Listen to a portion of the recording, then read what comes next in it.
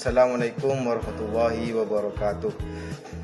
Saya Ali Fildan dari Fakultas Ekonomi Bisnis Islam, Prodi Perbankan Syariah. Saya ingin mempresentasikan makalah saya yang berjudul Larangan Riba, Instrumen Non-Riba dan Kebijakan Stabilitas Moneter. Riba merupakan salah satu bentuk praktik ekonomi yang dilarang keras dalam Islam karena menimbulkan ketidakadilan dan eksploitasi ekonomi. Dalam sistem keuangan konvensional, bunga menjadi instrumen utama dalam kegiatan moneter dan perbankan. Namun, sistem ini dianggap bertentangan dengan prinsip keadilan sosial dan keseimbangan ekonomi, menjadi dasar penderitaan pihak lain untuk adanya usaha dan risiko yang seimbang di antara pihak. Oleh karena itu, setiap tambahan atau kelebihan yang diperoleh tanpa sebab yang sah, seperti bunga pinjaman, digolongkan sebagai riba yang diharamkan.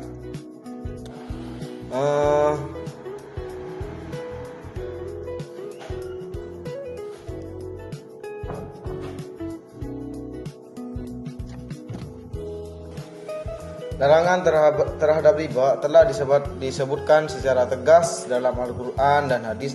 Dalam Al-Quran surah Al-Baqarah ayat 275 sampai 279, Allah Subhanahu wa taala menegaskan bahwa orang-orang yang tetap melakukan praktik riba setelah datang larangannya adalah termasuk orang-orang yang memerangi Allah dan Rasul-Nya.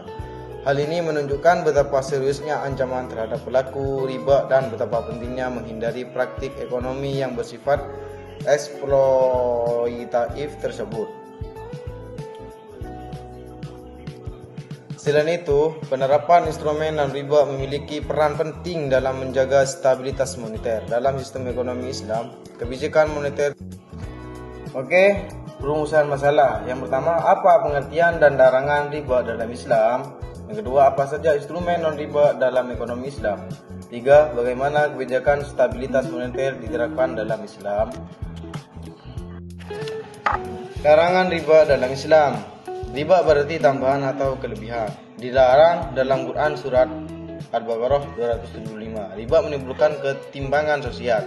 Semua bentuk bunga dalam pinjaman termasuk riba. Islam menegakkan keadilan dalam transaksi ekonomi. Secara etimologis, riba berarti tambahan atau kelebihan. Dalam konteks ekonomi, riba adalah setiap tambahan yang disyaratkan dalam transaksi pinjam-meminjam yang tidak dibenarkan oleh syariat Islam. Al-Quran secara tegas melarang praktik riba karena dianggap menzalimi pihak lain. Sebagaimana firman Allah SWT dalam Quran surat Al-Baqarah ayat 275. Padahal Allah telah menghalalkan jual beli dan mengharamkan riba. Riba menimbulkan ketimpangan sosial dan menjauhkan umat dari prinsip keadilan ekonomi. Oleh sebab itu, semua bentuk transaksi berbasis bunga, interest atau basit harus dihindari dalam sistem keuangan Islam. Instrumen non-riba dalam ekonomi Islam. Sebagai alternatif dari sistem berbasis bunga, Islam memperkenalkan instrumen non-riba, yaitu mudharabah bagi hasil antara pemilik modal dan pengelola, bekerjasama antara pemilik modal dan pengelola dengan sistem bagi hasil. Yang kedua, musyarakah, kerjasama dua pihak dengan modal bersama, yaitu kerjasama dua pihak atau lebih dengan kontribusi modal bersama. Yang ketiga, murabahah, jual beli dengan margin disepakati, yaitu transaksi jual beli dengan margin keuntungan yang disepakati. Yang keempat, ijarah, sewa guna usaha tanpa bunga. Sistem sewa guna usaha, yaitu sistem sewa guna usaha leasing tanpa unsur bunga. Yang kelima, wadiah dan qard hasan, titipan dan pinjaman kebajikan, yaitu bentuk titipan dan pinjaman kebajikan tanpa imbalan.